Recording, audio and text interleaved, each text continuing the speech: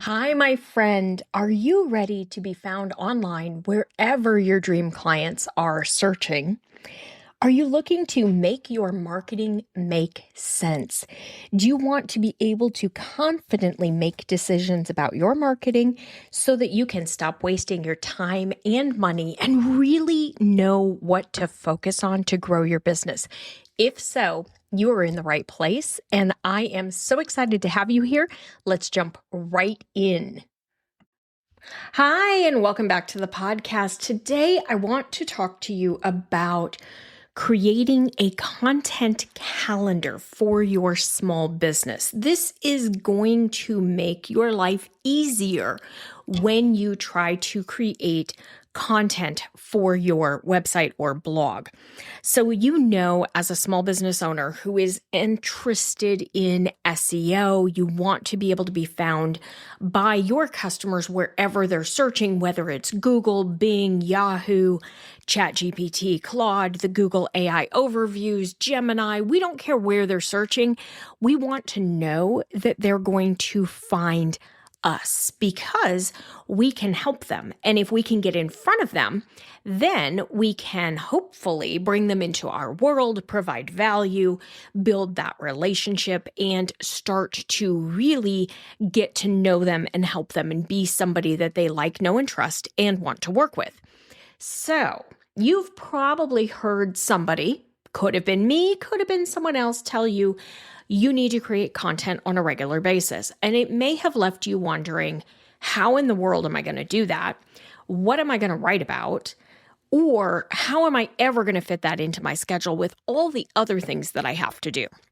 And so I want to talk about that. And I want to walk you through some things you can do to make content development faster, easier, quicker. These are things that I've worked on over the last probably 15 years.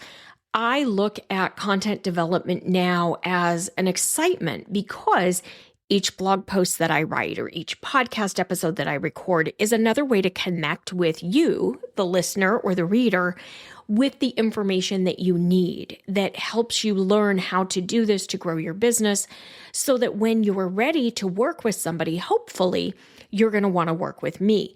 It's the same type thing for you, for your business. So we really want to think about making this as easy as possible, because I know sometimes the thought of creating lots of content for a business can feel a little daunting if you don't love writing. Not everybody loves writing, and I get that. I happen to love it. It's my first love. I went to journalism school. I love to write. I could write all day long, but not everybody feels that same way, and I get that. So when we start talking about creating content for our business, I want you to really think about it's not a task that you have to do. It's something that you get to do. And when you do it, you help the right people find you and you bring the right people into your world. So if you've been struggling with even getting started or you don't want to do it or you feel overwhelmed, take a step back and try to think about it in a different way, because that can help to make it feel less overwhelming or less a sense of dread. So now we're going to go into it and we're going to think, I get to write content and I'm excited and I'm looking forward to this. Now, before you can create a calendar, you really need to come up with some ideas. So this is something I work with my students on, and that's how do you figure out what you want to write about? Because understanding what to write about is step one. The first thing is finding the topics. The second step is optimizing it so we make sure that the right people can find it. So you can do this by having a brainstorming session. I usually start with a brainstorm. What are the questions that I get asked by my students or by my one-on-one clients all the time? What are the things that they need to know? What are the questions I see on social media? What are the things that I know they need to know, but they may not know to ask? That's the first thing you're going to think about. So for example, if I were to brainstorm on small business SEO topics, I might write down things like, how will SEO work for a small business? Does SEO even work for a small business? Does SEO work for my niche? How do I know which keywords to use? How exactly does SEO work? Do I have to do it? If I want traffic, do I have to do this, or is there a different way? Should I do SEO at all, what should I do first? If I'm going to start, I don't even know what to do first. How many keywords should I use? What's most important? Do I also need to do SEO for the answer engines? Is it the same thing? Is it different? Does my keyword work for ChatGPT? How do I show up in ChatGPT? All these type questions are things that my audience is asking. So what are the questions that your audience is asking? Are you a life coach? Are you a real estate agent? Are you a travel agent? Are you an insurance agent? There's a good chance if you're listening, you're a professional. You are likely a professional service provider. So think about, you could be e-commerce. I've got some e-commerce folks, but think about, where do your people come to you with questions? What information do they need to know before they're ready to buy? So that's the first thing you're going to do, is just start kind of brainstorming. What is it that people need to know? What questions do they ask? What do you feel like you answer all the time? Because those are going to be a good idea, like where you think about what questions people have, what questions they ask you, what questions you had as you were learning some of the things that you had to learn in order to be successful in your business. So now we want to think about the questions that maybe they don't know to ask yet. So what are things that are tied to your business that would help them, but maybe they're not sure to ask, but there's still teaching moments. There's still things that will connect with them, that will interest them, but we may just not know yet, like that this is even a question they should have. So in this example, I brainstormed for small business SEO teaching topics. Why using your keyword in your image file name helps your SEO. 3 common SEO mistakes you might be making that are hurting your small business. How to write an SEO-friendly title tag for your small business. How to write an SEO-friendly meta description. Why you shouldn't use the same keyword on every page of your website. Why you need to write unique title tags and meta descriptions for every page. So your customer may not know to even look at or think about these type things yet, but you know that they're important and they're going to help them. So brainstorm that as well. So you start with all the questions they ask you, and then you brainstorm the questions or the thoughts that you have, the teaching points, the things that you know they need to know as they're starting to work on it. From there, we have a giant list. Now what we're going to do is to start to organize and categorize and see, I generally teach 4 topics. Are there 4 topic categories that I could put these into? So for me, I generally teach small business SEO, answer engine or AEO or GEO for small businesses, also known as AI-based SEO, whatever you want to call it. It's all kind of the same thing.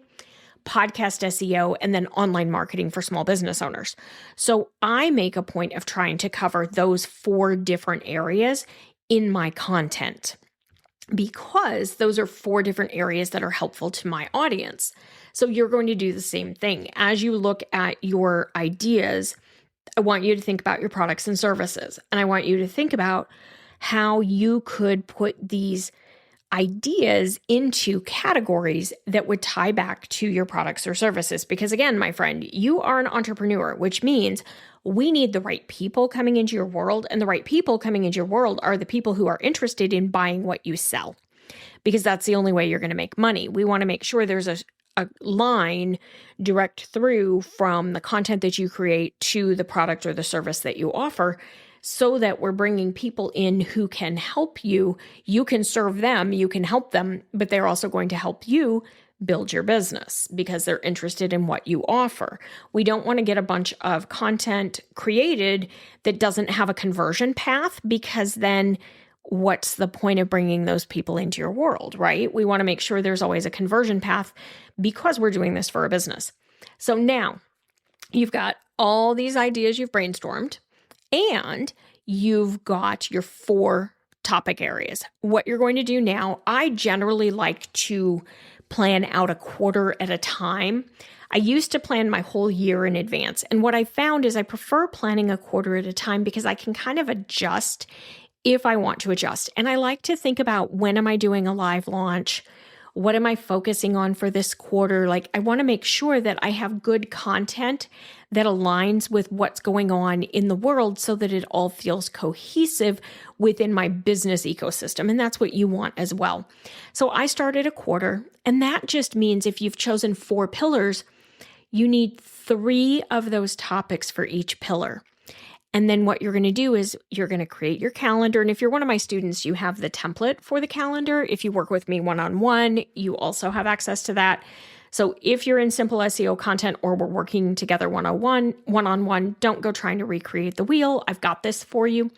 If you're not working with me yet, you're trying to learn how to do this and get started, you're just going to create like a Google Sheet or an Excel doc or whatever you want that will keep track of what week it is, what your content pillar is, and what your topic idea is. And what you're going to do then is put in one of each of those topics for each month. So over the course of the month, you're going to hit on each of those 4 pillar areas. That way, if you have different products and services, you're still regularly communicating with your customers who may be interested in different parts of your business. You don't want anyone to feel like there's no value for them, because that's how they're more likely to unsubscribe from your emails. And if your emails and your weekly content is created to nurture people, we need to make sure that we're providing them with value and there's information that they are interested in on a regular enough basis that they want to stay within your world.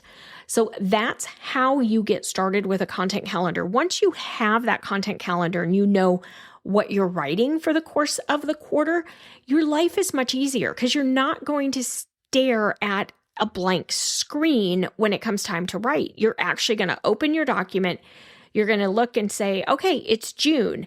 These are the posts I need to do. Or realistically, we should be working a little ways ahead. So it's June now. You should be working on your July posts because you want to make sure that you're consistent every week. Working ahead is one of the ways to do that. So you would look at your list and you would say, July, I'm supposed to write about these 4 topics. Okay. And you get started.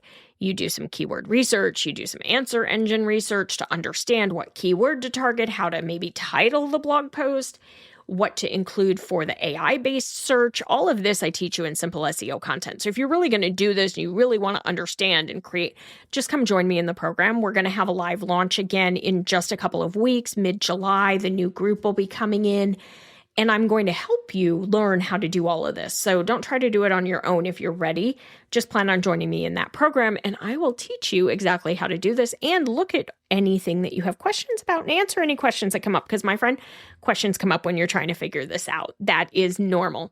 All right. So that hopefully will help you understand why you want a content calendar and also how to go about starting to create one, how to brainstorm some ideas, and really what to do so that you're not stuck staring at a blank screen ever again, because nobody enjoys the blank screen. That just stinks. So, all right, I will see you back here next week. Bye for now.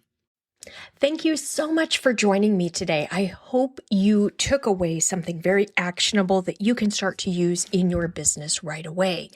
If you want any of the freebies that were mentioned, or you want any of my resources or free trainings, you can find those at etchedmarketing.com/freebies. If you would like to work together, I would love to work with you. Send me a note, reply to an email, DM me on Instagram. You know how to find me. I would love to help you grow your business as well. And if you have found this podcast helpful, would you do me the biggest favor and follow it or subscribe on your podcast app of choice, and then give it a rating and review? That really does help. It's just a little something you can do that helps me out in return. I appreciate it so much. I'll see you back here next week.